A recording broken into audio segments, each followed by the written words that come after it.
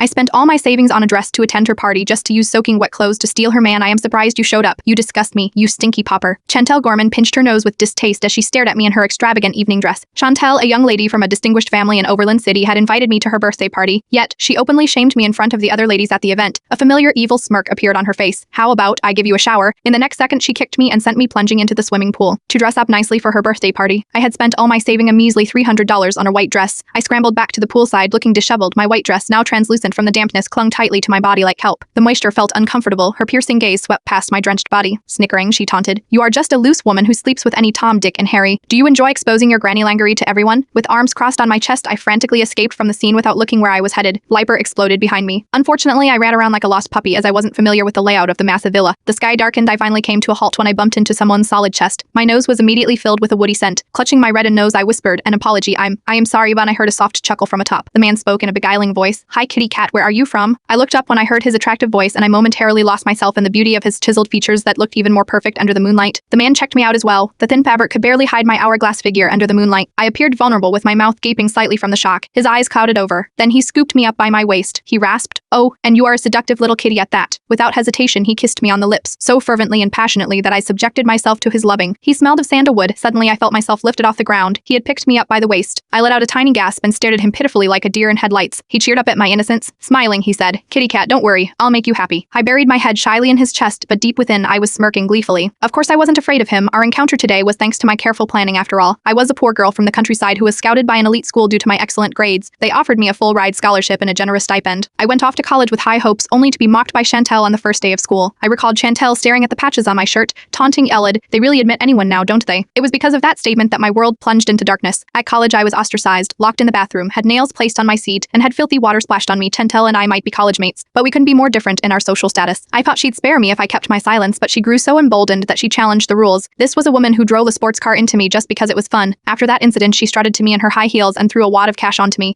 "You ran into my car just for the compensation, didn't you? Here, just take it." I recovered only after a 3-month hospital stay. However, Chantel had burned the skin of my thigh with a cigarette butt simply because the president of the student union, Kyle Lamont, came to visit me at the hospital. Don't you know I had my eyes on Kyle first? How dare you seduce him? I thought she would drive her car into me and murder me for good this time, but to my surprise, she extended me a birthday party invitation. I stared at the invitation card in my hand. Knowing this was my chance, I had to teach Chantel a lesson tonight, or she'd continue giving me trouble in the future. With that in mind, I clung to the man's neck and rasped, "But gentle, it's my first time."